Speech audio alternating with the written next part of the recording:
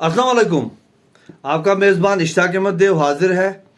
नाजरीन, आज मैं फिर बात करूंगा एक बार फिर आपसे मूल वाड़वन किश्तवाड़ जम्मू कश्मीर की, जो कि आगजनी के बायस जो बल्कि पूरा गांव ही तबाह हुआ था, जिसको इनिशिएट किया मुख्तलिफ गैर सरकारी अंजुमनों ने। तो माशाल्लाह अभी तक वहाँ जो उनका जो, क्योंकि जब भी कोई डिज़ास्टर हो तो पहला काम वहाँ होता है रेस्क्यू का, फिर होता है रिलीफ का, फिर तीसरे मरहले में उनकी बाज़ाबादकारी का होता है। तो रिलीफ भी वहाँ पहुँचा, रेस्क्यू तो हुआ जब वो लोग वहाँ उनने खुद किया, बच गए सब, कोई इंसानी जान का नुकसान नहीं हुआ, अच्छी बात, अल्लाह का शुक्र है। दूसरा फिर जो इमीडिएट रिलीफ उनको पहुँचना चाहिए था, खाना पीना है, बिस्तर वगैरह है, जो वहाँ जो रहाइश है वो भी हुई। अब तीसरा मरहला जो है उनकी बाज़ाबादकारी का है, जिसमें हुकूमती सतह पर भी मेरे ख्याल में 2 लाख रुपया फी कुंभा पहले मरहले में होगा उनका। फिर IAY के PMAY के तहत मकानात के लिए इमदाद होगी, फिर गुसलखानों के लिए इमदाद होगी, फिर शायद कुछ प्राइम मिनिस्टर रिलीफ फंड से भी उनको कुछ मिले। और फिर जो गैर सरकारी इदारे हैं, गैर सरकारी इदारों में मैं आज जिक्र करूंगा, बहुत से गैर सरकारी इदारे थे, लेकिन मैं जिक्र करूंगा अबाबिल का। अबाबिल ने जो है वो काफ़ी अरसा से यहाँ डोडा खिता में सरगर्म है, जम्मू में है, और ख़ास करके कोविड में उन्होंने अपना एक वो दिखाया, स्पिरिट दिखाया। तो मैं ज़्यादा उस पर बात नहीं करूँगा, क्योंकि अबाबिल जो है वो बराह रास्त लोगों से जुड़ी है, चाहे वो शहरी का इंतज़ाम हो किश्तवाड़ में, डोडा में, जम्मू में, वो किसी ज़ख्मी की मदद है, कहीं ट्रैफिक हादसा है, कहीं आगजनी है, या जो भी नेचुरल डिज़ास्टर होता है वहाँ पे वो पहुँच जाते हैं।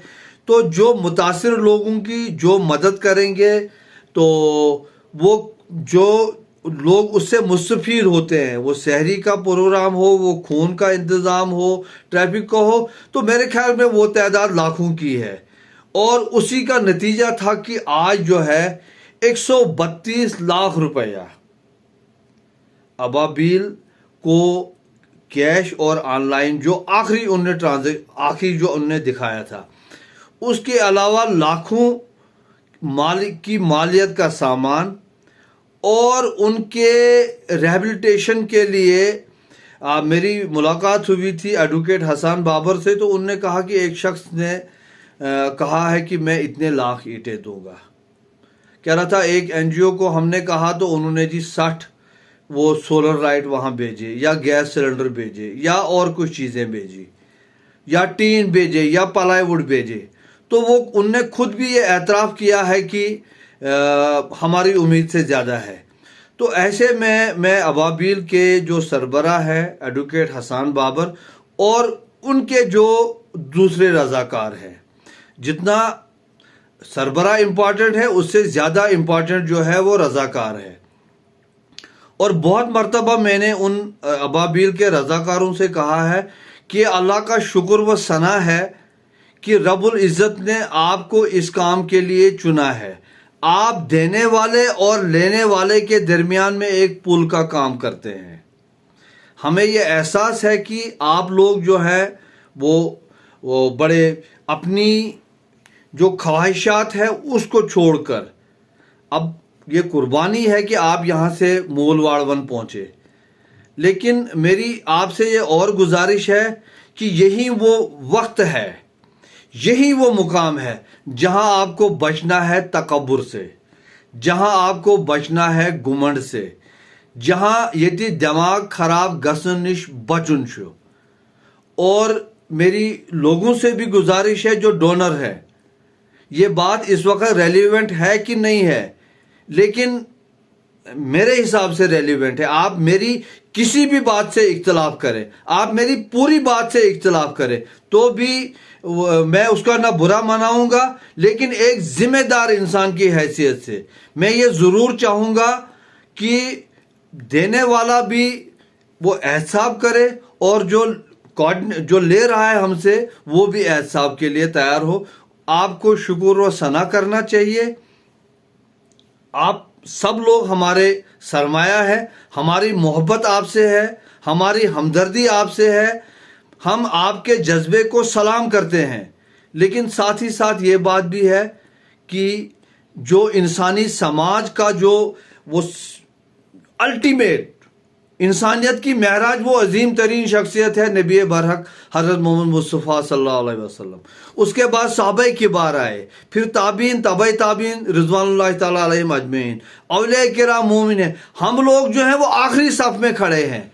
लिहाजा ह्यूमन एरर हर जगह होता है, और ऐसा नहीं है कि हम लोग इस आड़ में कोई मुकद्दस गाय यहाँ पे वो बनते हैं कि यमन पर जिस पे कोई वो तनकीद ही ना कर सके। ऐसी बात नहीं है। आपको भी तैयार रहना चाहिए तनकीद के लिए। जो लोग आपसे मोहब्बत करते हैं, जो लोग आपको अपना एतमाद देते हैं, जो अपने खून पसीने की कमाई आपको देते हैं, जो मेरी माँ 20 रुपये आपको देती है, जो एक मजदूर आपको 50 रुपये देता है खून पसीना एक करके, उसको ये हक है पूछने का। और हमने वो वाक़ा बहुत बार सुना होगा कि हज़रत उमर फारूक रज़ी अल्लाह ताला अन्हु, फारूक आज़म, जिसको एक आदमी मस्जिद में उठ के खड़ा होता है कि उमर, आप खुतबा नहीं दे सकते हैं, पहले उस कुर्ते का हिसाब दे दो जो आपको ज़ेबतन है।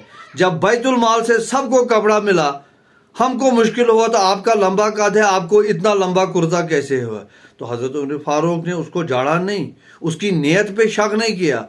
उसने कहा मैं नहीं, मेरा बेटा, मेरा फर्जंद इसका हिसाब देगा। और जब तक कौम में, तंजीम में, समाज में, एसोसिएशन में, किसी तंजीम में, किसी तहरीक में एहतसाब का अमल जारी रहता है, वो तंजीम, वो तहरीक, वो समाज, वो मुल्क, वो कौम, वो शहर, वो कस्बा, वो गाँव, वो अंजुमन, वो नहीं टूटता है बल्कि तरक्की करता है।